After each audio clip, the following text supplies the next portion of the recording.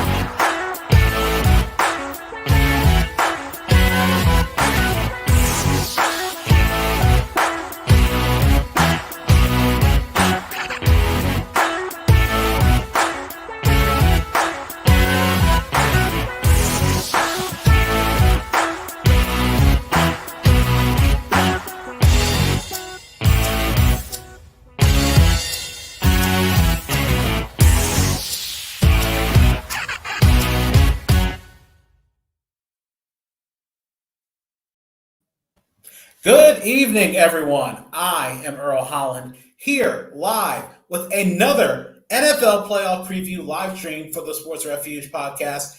And of course, we're trying to talk to all the fan reps of the teams in the hunt in both the AFC and NFC to get their take on how their season's been going for their teams and so much more. And of course, this is one I've been trying to scour the internet for the longest time, and I'm glad to be able to have representation for them. These are the Arizona Cardinals. Had a lot of big moves in the offseason, and it's paid off so far, 11-5 to start the season as they head into the final week. And it's going to be interesting where they end up seeding out in the NFC playoffs in this new field of 7 teams. But here with me to talk about the Cardinals and their success in the desert is longtime Cardinals fan Joe Comeau. Joe, thank you so much for being on the podcast and taking part.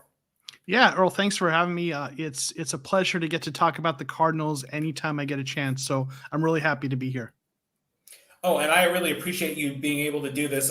As we were talking about prior to getting on here, I had the toughest time trying to find a Cardinals fan and scouring the internet, crowdsourcing, doing everything, and being able to find a Cardinals fan because I feel like I didn't want to do this without having everybody accounted for, and I feel like it wouldn't be right to not have the Cardinals in the mix because they are in the mix. They're going to the playoffs, and in fact, they really had an impact on how the NFC was going early on in the season. And I mean, things still can go that way as we head into the playoffs because we know the Cardinals have their spot punched into the postseason. It's just going to be where the seeding will be.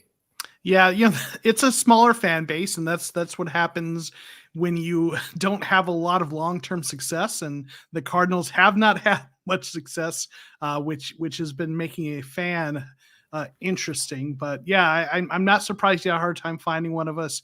But I'm glad you found me, and I'm happy to be here talking Cardinals. Oh, yeah, and I'm glad that you're able to be here. The first thing what we do is we normally ask the guests, how did you become a Cardinals fan, and what was the attraction to them, and what led to you to being a fan between all the good and bad? Well, I was born in Arizona. I don't live in Arizona now. My career has actually brought me to the state of Georgia, so I'm on the East Coast like you are. But yeah, I was living in Arizona when the Cardinals moved there in 1988. I'm old enough that I was like 13 when that happened. I wasn't a huge sports fan then, but I cared enough about sports that they immediately became my hometown team, and I've over the years gotten to be much more interested in sports at a deeper level. I was probably in the early 90s. I started watching NFL draft every year and have been watching it every year since. So yeah, I mean it's a team that is now representing the state I'm from. And I've been a fan since pretty much they moved there. And have stuck with them all the way through all the rough seasons, and it's good to see them finally winning. And interestingly enough, I feel like aside from the Suns, the Cardinals really started leading that momentum towards more sports teams coming to Arizona, followed up by the Diamondbacks and then the Coyotes. And I know, regardless of how strange that situation is with the Coyotes, the fact that Arizona and the Phoenix area in general has become a metropolitan area that is suitable for all the teams in the major sports. I think that's huge. Yeah, the Phoenix area has grown immensely. I moved away in 2008 to go to grad school in Texas, but I even, from the time I lived there, I saw how much it grew. And it's interesting. It was a very different world when the Cardinals moved, because they moved to Arizona and they played at Sun Devil Stadium, which is actually the stadium that Arizona State University plays in. That's been there forever. And it wasn't a great stadium for a pro team. It's funny, like today, if you want to attract a NFL team to your city, you better have a stadium plan to build them a stadium. And they moved there without that. But yeah, it was the Suns there forever. And, that was the only major professional team. There was the Phoenix Firebirds, a AAA affiliate of the New York Giants that were really popular. But the Suns was the only game in town for a long time. And then the Cardinals moved there. And then, eventually they got the expansion Diamondbacks, who delivered the only major, professional championship to the city. And then, obviously, as you referenced, the Coyotes moved there. And now, it has become one of, a short list of 4 sports cities. Now, how long it stays with everything, as you referenced, going on with the Coyotes, it's hard to know. But, that's a short list of cities. So it's become, one of those big sports towns. And the Cardinals absolutely helped lead the charge on that. What is your most memorable moment as a Cardinals fan? Was it the most recent Super Bowl? Was there anything else in particular? I know, as you mentioned, sometimes the success was a bit lean down in Arizona. So to you, what is the most memorable Cardinals moment? So I'm going to give you 2, one that haunts my nightmares, and one that was a very kind of, just for me, a special fan moment that I think is just kind of unique. The one that haunts my nightmares is James Harrison returning that darn interception, however many yards, in the Super Bowl, going into halftime. It's not even like James Harrison was like the fastest player on the field. He's kind of an outside edge rusher, and he picked off Kurt Warner, ran it back, and I'm like, just tackle him. And, obviously that was part of the Super Bowl that the Cardinals lost. But the memory to me that is just kind of special is back in the 1998 season, the Cardinals made the playoffs for what I believe was the first time since they had moved to Arizona, with quarterback Jake Plummer, who the Cardinals had drafted out of, in the second round, and he had played at Arizona State University. So his legend had already begun in the Phoenix area, and then the Cardinals drafted him. And it was just kind of this really perfect kind of storm of this player that was already popular in the Valley becoming a potential legend that it didn't quite work out in terms of his career with the Cardinals. But they made the playoffs in 1998, and they went into Dallas and beat the Cowboys. And, the Cowboys are probably the team I dislike the most in the NFL. So it was particularly sweet that the Cardinals, in their first playoff appearance in my time following them as a fan, went into Dallas, beat the Cowboys. And I remember they were flying home, and there was someone had announced, I don't know if I heard it on the radio or wherever, that fans were being invited to congregate at this kind of open field or kind of lot that was adjacent to the airport, and they were going to taxi up the plane, have kind of a platform out there, and the players and coaches and a few other folks were going to come out and address the crowd. So I went down there to this open gravel lot or whatever it was, next to the Sky Harbor Airport. Excuse me, they taxied the plane there, and I was out there with I don't know how many people there. This has been 20 something years. There were probably a couple thousand people out there, and and the team came out and addressed the fans. And I think there were a few other local prominent figures, like I think John McCain, the late John McCain, a prominent political figure in Arizona, was out there. He was an avid Cardinals fan. And it was one of those things that I don't think it was on TV. It's just one of those moments that, like, I was able to go and celebrate that, the energy, the emotion. And it's a unique experience that only me and however many other people who happened to be there that day got to experience. So that for me is a thing that's most memorable and very personal, so to speak, in terms of the Cardinals. Yeah, and I can only imagine, like you said, the success that first time making the playoffs since they had moved from St. Louis, which still feels weird saying St. Louis Cardinals when I'm not thinking about baseball, just like saying New York Giants when you're not talking about the San Francisco ones in baseball. The one thing I want to ask you, going into the season, what were the expectations? I know finishing 8-8 last year, they had a really strong start before regressing to the mean, regressing to 500. But what was the thought about what was going in, especially this year? No Patrick Peterson, no Larry Fitzgerald. What were you thinking they could do, especially in an NFC West where you always have to worry about Seattle, you have to worry about the Rams, and then of course the Niners were coming off a weird season after post Super Bowl hangover, and you didn't know what to expect. What were you expecting the Cardinals could do in a competitive division? You're right. The NFC West has been for the last 5 or 6 years widely viewed as arguably the best division in football. And you had 4 teams, any one of which coming in would not shock someone if they made the playoffs. So the Cardinals had an uphill climb. There was this mix of optimism and concern because, under Cliff Kingsbury, they've improved every year, right? They went from having the first overall pick, drafting Kyler Murray, which obviously you're not a good team if you have the first overall pick, to winning 5 games and then 8 games. But there was concern because they also, sort of collapsed down the stretch last season. They had 2 games against, the Rams in San Francisco, where all they had to do was beat one of those teams, and both of those teams were playing like third-string quarterbacks. And if the Cardinals could have won either of those games, they would have made the playoffs, and they lost both. So even though they improved, the way it ended left a bad taste in the mouth of a lot of Cardinals fans. But, in the offseason, you're right. Patrick Peterson did move on. But Patrick Peterson over the last couple of years had kind of been a shell of himself. If you followed all PFF's grades, his grades have declined over the last number of years, and he drew like 9 penalties or 12 I think it was 12 penalties last year at flags, which led all cornerbacks. Moving on from him actually was not a concern to me because he just wasn't the player he used to be. So I actually felt like the guy they signed, Malcolm Butler, who ended up retiring, was going to be as good or better. But they had brought in a lot of, I think, important players. I mean, obviously J.J. Watt, we were excited to sign him. I think one of the biggest moves was center Rodney Hudson they traded for, and that was a huge upgrade. James Conner. They brought in a lot of pieces that I was actually pretty excited about the team. But I try to have a little bit tempered expectations because it's such a tough division. So, I felt like they were going to be 10-7 and vying for a playoff spot. I felt like they were going to be coming in. I felt like they were going to be second or third in the division. I felt like the Rams were going to win the division. The Cardinals and Seahawks, I thought, were going to be fighting for second place. And I thought the 49ers would be at the back end because I didn't trust their quarterback situation.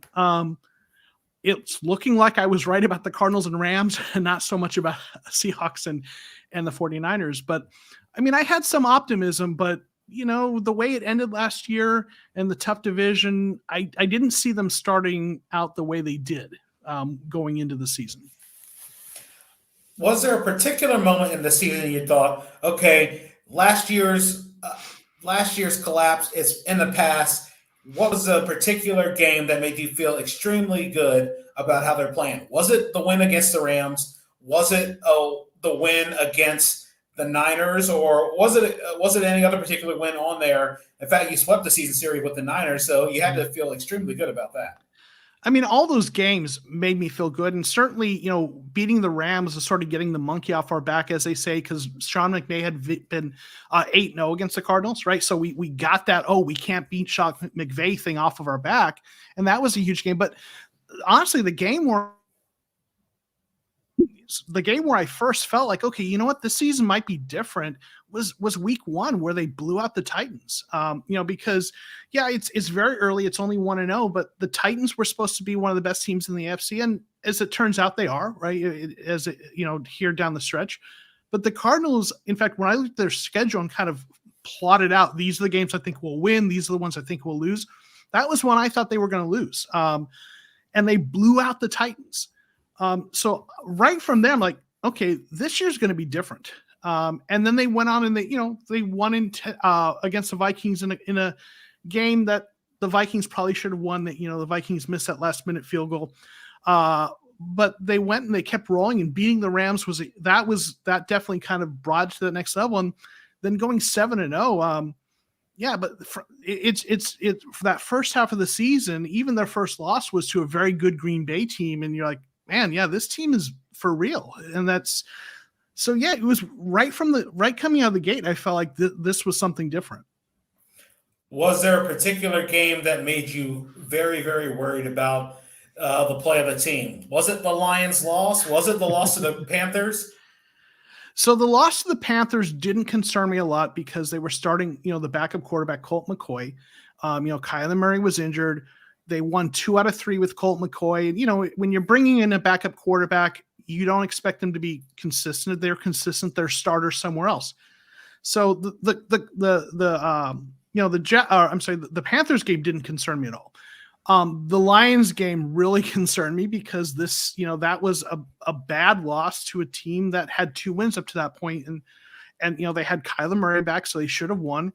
That's the one that really concerned me. And also it hurts that it was part of a stretch of like 3 losses in a row, that they had. So yeah, that was the game that concerned me the most. Coming back and having a flat showing against the Colts concerned me also. The Colts are a good team, so there's no shame in losing to them. But that stretch right there with those losses, including the Lions loss, definitely was the point in the season where we're like, is it the same old Cardinals? Are they going to have that late season collapse like they did last year? Looking at the NFC playoff picture, who is the team that you feel like the Cardinals match up the best with in the NFC? Is it the Rams? Is it Tampa? Is it Dallas? Is it someone else that we haven't even mentioned yet? Just going on recent history, I'm going to say Dallas. The Cardinals blew out the Cowboys last year. And then this year, the Cowboys were coming back and they wanted payback. And if you looked at that game going in, the Cardinals had a lot of players out due to injury and COVID. And the Cowboys were not nearly as banged up. And the Cardinals had come off the loss from the Colts and then, 2 weeks out from the loss from the Lions. So, everyone thought that the Cowboys were going to beat the Cardinals, if not roll them. And the Cardinals came out and, kind of took command of the game very early. Cowboys made a push late, but the Cardinals won. So like the Cardinals beat them, badly last year. They beat them under difficult circumstances with all the injuries. And the Cardinals' run defense has not been good this year, but for whatever reason, they shut down the Cowboys. The Cowboys had 45 yards rushing, and 20 of that was Dak Prescott. And last year, I think they forced a couple fumbles, against Ezekiel Elliott. So for whatever reason, the Cardinals recently seem to have matched up well against the Cowboys. Who's the team in the NFC that scares you when it comes to the playoffs? Who's the team that you're hoping, if you don't have to see until the conference championship game, that you can avoid the longest? It's Tampa Bay. I know Green Bay beat the Cardinals early in the year, and Aaron Rodgers is such a talented quarterback. But the Cardinals were right in that Green Bay game, and they had a chance right up until that, that misplay at the end with AJ Green not turning around. But the thing that scares me about Tampa Bay is, one, they're a veteran team with a veteran coach and, Tom Brady at quarterback. And the Cardinals are a team with a young coach and young quarterback. They've got some veterans in the locker room, certainly, that help out. But that's when you're a team that's in the playoffs, that's young, that's hopefully ascending. I think the teams that are a bad matchup for you are the teams that are veteran laden and have been there. And Tom Brady knows how to win in the playoffs, and the Cardinals are hoping to learn how to do that. So that's the matchup that concerns me the most, particularly because, as the Cardinals defense has been good through most of the year. They've actually been a top 10 defense. But Tom Brady might, have a thing or two up and to pick apart and expose our cornerbacks that are, a little bit young and have had some struggles. So that's definitely the matchup that concerns me. And it's interestingly, it seems like the weakness of Tampa Bay has been teams with mobile quarterbacks and big running games, and that looks like something that Arizona could do. If you look at the Washington game and you look at the New Orleans game, both New Orleans games, they had a way with keeping Brady off the field and really stifling him. And it looks like, while there is concern as a Cardinal fan, that they might have the recipe to pull off an upset and dethrone the champs. Yeah, I mean, maybe we're a scary matchup for them too. And and I'll say, and one thing that I've experienced as a fan this year that I don't remember ever experiencing, this is the first year I remember going where I'd say going into any game, I felt like the Cardinals had a chance to win, no matter who they were playing. Now, during that tough stretch, I lost that feeling a little bit. But if the Cardinals are healthy and they're not going through a rough stretch, but they're playing the way they were earlier in the season, I think they can beat anyone in the league if on a good day. They're just they're so talented when they're healthy and when they're right. Definitely understand that. One question I wanted to ask you before we go to our Super Bowl prediction. Cliff Kingsbury, interestingly enough, a prime example of what a college coach can do going to the NFL as opposed to being the polar opposite of someone like Urban Meyer or even Nick Saban. When he became the head coach, and you talked about his progression going from 5 to 8 to now playoff contender, what were your thoughts on how he's been able to adjust to the NFL game? And when you heard the thoughts about him possibly going back to the college ranks in the middle of the season, at least his name was speculated about, were there any concerns as a fan about would there be any distractions and anything else that would go along? Yeah, so certainly when the Cardinals hired him, there were a lot of people who questioned it because you look at the record at Texas Tech, and he had a losing record there. And sometimes you have to look a little deeper. And when you look, okay, Texas Tech is competing against all those really great teams there in Texas for recruits and everything. And you look at it, his offenses were always really good. The teams just didn't have the winning records in part because of their defense. And I think you're going to have a hard time recruiting top defensive talent there. So I was optimistic. He came in, and the offense was middle of the pack in the NFL and in his first year, and there were some promising signs, and there were some things that he was having to adapt. But it does seem like he's adapted. I do still have some concerns with some of the play calling in games, but the one thing you always hear about him is he works very hard. He's like, he is in the building early, and I know that's such a cliche thing to say, but like our previous head coach, Bruce Arians, I love Bruce Arians, but he was a guy who wasn't, he wasn't the first one in, last one out. He'd been coaching forever, and he knows his stuff. And I love Bruce. I'm not trying to be critical of him, but when you've got a coach who works hard, shows up, and is smart, which I believe Kingsbury is, I think that's a combination that he's going to figure it out. So I felt good about it. It does seem like he's made improvements. And he's growing. So I'm fine about that. Now, in terms of, the whole rumor of, whether he was going to go back to the college ranks, when I heard that, Kingsbury's got another year in his contract, and I know there are ways out of those things. My take was, someone leaked that, probably his agent, to try to get him some leverage, for negotiating an extension with the Cardinals. He kind of, smartly just kind of played it kind of, he just didn't really comment about it. He neither shot it down nor confirmed it. And it ended up being nothing because they ended up hiring, someone anyway. But, I saw it and I thought, no, this is all about leverage for his contract. So I wasn't really worried about him going back, to the college game this year. And like a kid, you mentioned that Cliff Kingsbury is an intelligent guy and has been able to make adjustments. And I know we're going to keep intertwining him with Urban Meyer, but he seems to be a very good people person and being able to stick to his word and having his players believe in him. That's the key. Yeah, that's the thing you hear is the players really love him, and he's a player's coach. And in fact, there are some folks in the Cardinals fan base who are critical. They feel like he's too soft on the players or whatever, and that they need more discipline. And the Cardinals have had some trouble with offensive penalties, a lot of false starts. So I guess there's some fodder to believe that.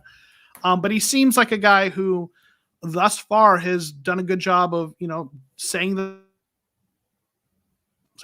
right things, doing the right things. working hard. And, Urban Meyer is the guy who came in with a big reputation and a long track record in history in college. And I don't know. I mean, I don't know him, and I don't want to make too many speculative thoughts on that, but it at least feels like Urban Meyer came in, just kind of expecting to be able to just succeed on the merit of his accomplishments and, his system. And, I don't know the whole thing about him not flying back with the team and all this stuff, like that just doesn't feel like a guy who's, working and committed to the process the way a guy like Cliff Kingsbury is, who's always at the facility. So yeah, it does feel different. It feels like a guy in Urban Meyer who felt like he'd arrived and was relying on his track record, whereas you've got a guy like Cliff Kingsbury who feels like he's got something to prove. And I'll take the guy who's smart, works hard, and has something to prove every day. Going to the Super Bowl prediction, who do you have coming out of the NFC? Who do you have coming out of the AFC? What's the final score and who wins? Okay. So the AFC, I'm going to go with Kansas City right now. They started out slow and everyone kind of forgot about them. And then they've kind of done better down the stretch. The AFC is a little bit of a mess. It's hard to know who the great teams are over there. Every team over there has been flawed and had some bad stretches, but Mahomes is such a great quarterback, and Andy Reid is such an experienced coach. I'm going to go with Kansas City finding a way to come out of the AFC. NFC, I originally was going to go with Tampa Bay because of Brady. I just, he is the GOAT, as they say, but that just felt too boring. I didn't want to go, a repeat. So I'm going with Green Bay. I think Green Bay is probably the best team in the NFC right now. So I went with Green Bay and Kansas City, and I went ahead and had Kansas City with the win on that. Score, I think it would be probably a high scoring game. These are two teams. Neither of these teams are great defenses. So, maybe something like 34-28 or something like that. Kansas City.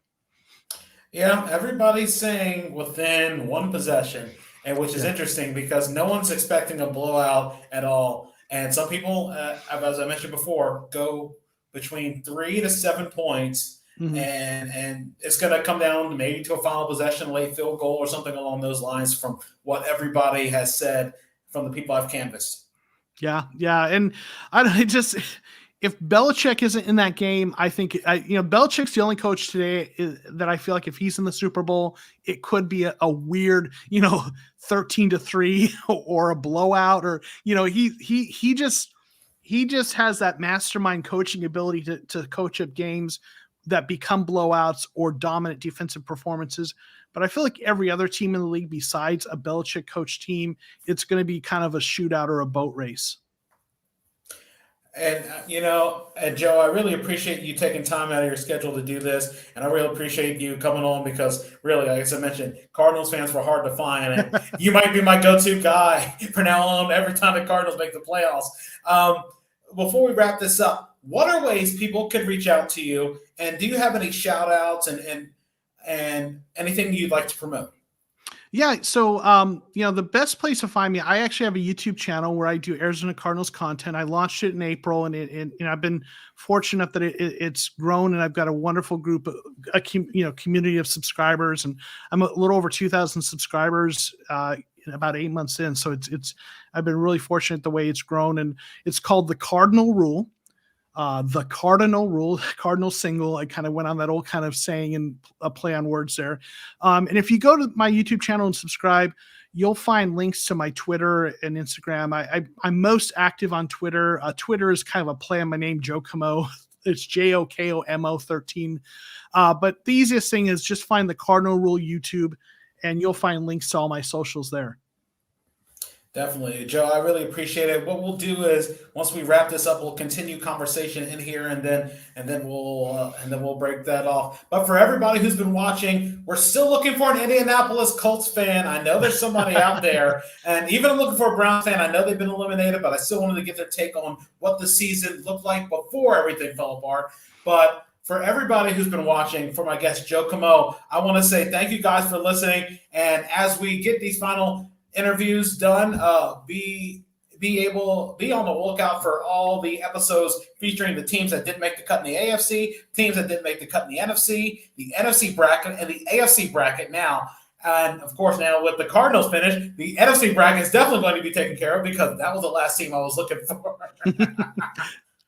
Well, yeah, I'm glad I could help fill that void for you. It was, I definitely enjoyed talking to you today. Oh, yeah, definitely. Thank you, Joe. And for everyone who's watching, keep your eyes out. We're going to try to get the Colts before everything starts up next week. And so we can have that all together, at least win or loss. We're going to have somebody in the playoffs, and the playoff fields will be ready. But from my guest, Joe Comeau, I'm Earl Holland saying thank you guys for listening, and we'll see you real soon.